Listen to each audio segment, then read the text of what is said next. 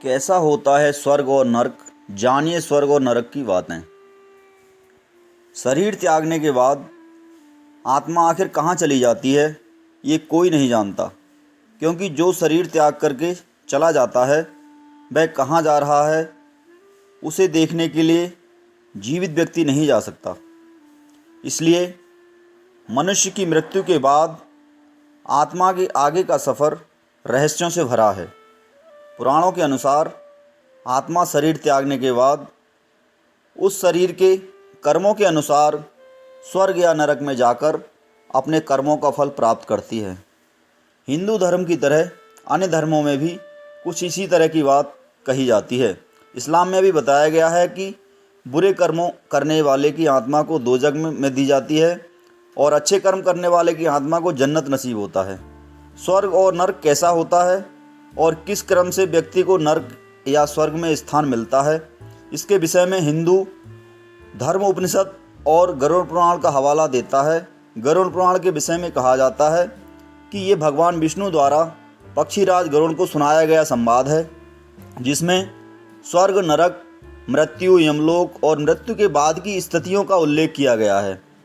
पक्षीराज गरुड़ को यम मार्ग और नरक के बारे में बताते हुए भगवान विष्णु गरुड़ पुराण में कहते हैं कि नरक की कुल संख्या 84 लाख है।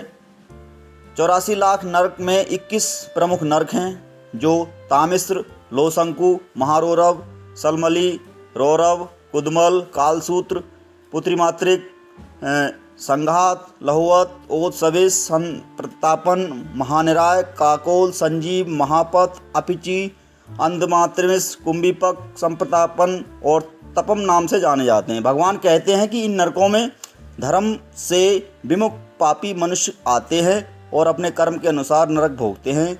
इन यमलोक में कई यमदूत रहते हैं जो पापी मनुष्य को तरह तरह की यातनाएं और कष्ट देते हैं। गरुड़ पुराण के अनुसार किसी भी प्राणी को नरक में भेजने से पहले यमराज और मनुष्यों के कर्मों का लेखा जोखा करने वाले अधिकारी चित्रगुप्त प्राणी को उसके कर्मों के बारे में बताते हैं और प्राणी के पाप और पुण्य का फैसला उसी प्रकार सुनाते हैं जिस प्रकार अदालत में अपराधी को न्यायाधीश दंड सुनाते हैं।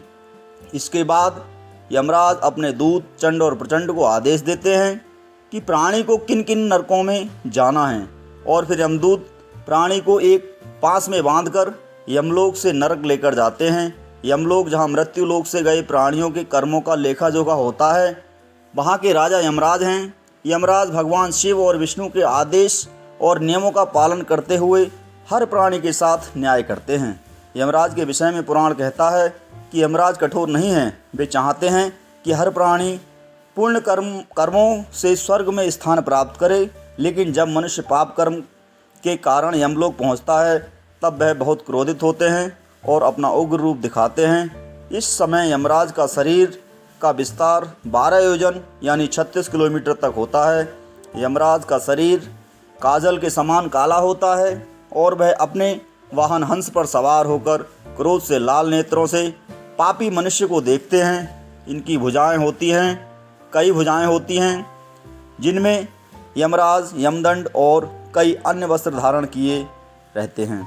यमराज की तरह चित्रगुप्त भी पापियों को देखकर क्रोध से उग्र रूप धारण कर लेते हैं, जिन्हें देखकर पाप कर्म करके यमलोक पहुंचने वाला प्राणी ऐसे कांपने लगता है।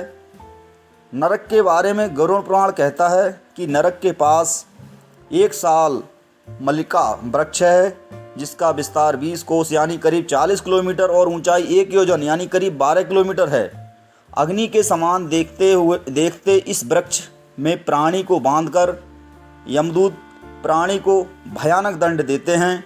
गरुड़ पुराण के अनुसार जब कोई मनुष्य पृथ्वी पर ईश्वर को ध्यान में रखकर काम धंधा नहीं करता है और केवल अपने और अपने परिवार के पेट पालने के लिए धन कमाता है और संचित करता है, तो व्यक्ति के बाद उसे नरक भोगना पड़ता है। काम भाव में डूबे स्त्री पुरुष जब ऋतुकाल में और अन्य पूज्य तिथियों के अवसर पर भी कामवास होकर एवं क्रिया करते हैं या पर पुरुष या स्त्री से संबंध बनाते हैं, तो उन्हें नरक में जाकर अपने पाप कर्मों का दंड भोगना पड़ता है। ऐसे कामांध व्यक्ति तामिस्र, अंधतामिस्र, रौरव नरक की यातना भोगते हैं। अपने सुख और स्वार्थ के लिए जो मनुष्य लोगों से बैरभाव रखता है और कलेश करता है उसे भी नरक जाना पड़ता है। पृथ्वी पर भेदभाव के कारण सबसे अलग थलग रहने वाला पापी मनुष्य परलोक में भी सबसे ही अलग रहता है, जहाँ उसे यातना से बचाने वाला कोई नहीं होता। व्यक्ति कांटों के या कील पत्थर से रास्ता बंद करते हैं, उन्हें भी नरक में जाना पड़ता है। चोरी करके आजीविका चलाने वाला, तालाब, बावली, मंदिर और लोगों के घरों को नष्ट करने वाले प्राणी को एक एक करके कई नरकों में जाकर कष्ट भोगना पड़ता है।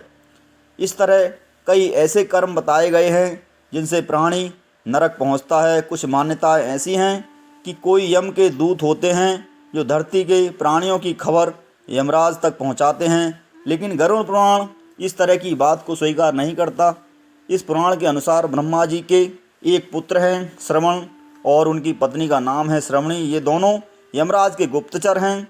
श्रवण पुरुषों के कर्मों को देखते हैं और श्रवणी महिलाओं पर नज़र रखती हैं।